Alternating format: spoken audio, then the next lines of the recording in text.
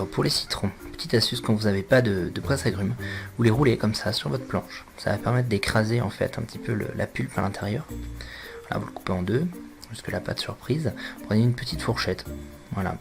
Et en fait, elle va venir à l'intérieur, donc vous pressez avec votre main gauche ou votre main droite, suivant ce que vous préférez, et vous venez éclater en fait les petits bulbes de pulpe qu'il y a dans le citron. Et du coup ça va le presser aussi bien, voire mieux qu'avec un presse-agrumes.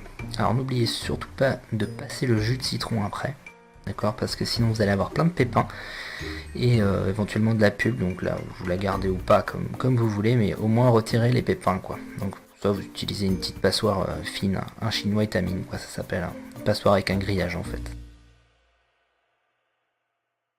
C'est fini, chef. Très bien, sépare-moi le blanc des jaunes. Moi, je vais m'occuper de faire chauffer le jus de citron. Ok. Donc vous le faites chauffer dans une casserole évidemment. N'oubliez pas de rajouter les 4 cuillères à soupe de sucre semoule, sucre en poudre, hein, classique.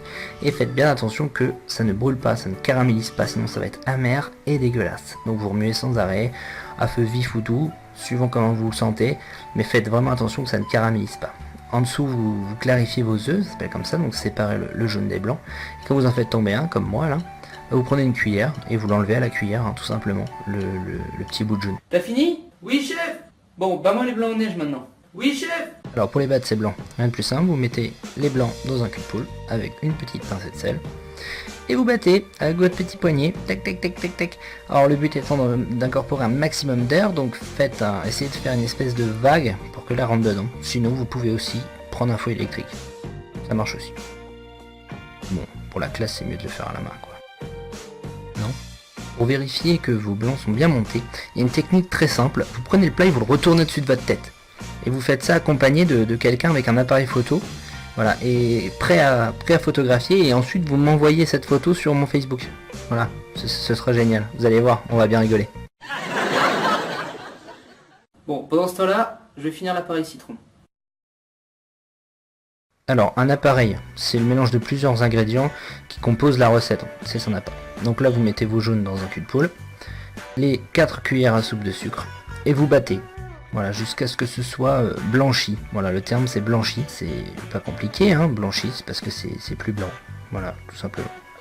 Une fois que ça c'est fait, vous incorporez une petite cuillère à soupe de maïzena et vous remélangez pour que ce soit bien homogène. Et enfin vous terminez avec votre jus de citron bien chaud. Enfin bien chaud quoi. Là c'est fumant, vous voyez, ça suffit. Et vous mélangez le tout pour que ce soit homogène. Ensuite vous allez le remettre dans la casserole pour pouvoir le refaire cuire comme une crème anglaise ou une crème pâtissière. Attention, ça accroche très vite, donc vous mélangez tout le temps et vous mettez à feu doux si vous n'êtes pas trop à l'aise. Mais sinon vous pouvez faire comme moi à feu vif, mais faites vraiment attention quand ça brûle très vite. Niveau consistance, vous arrêtez quand c'est pas une crème anglaise quoi. Consistance crème anglaise, c'est très bien.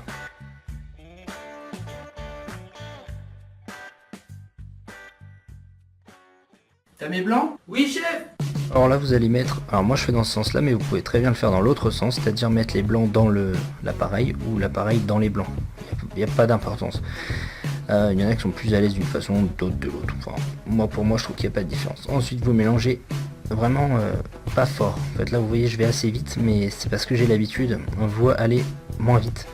Histoire de ne pas casser les petites bulles en fait qui font le blanc d'œuf. Parce que si vous pétez les bulles, eh ben ça va durcir et vous serez comme des cons.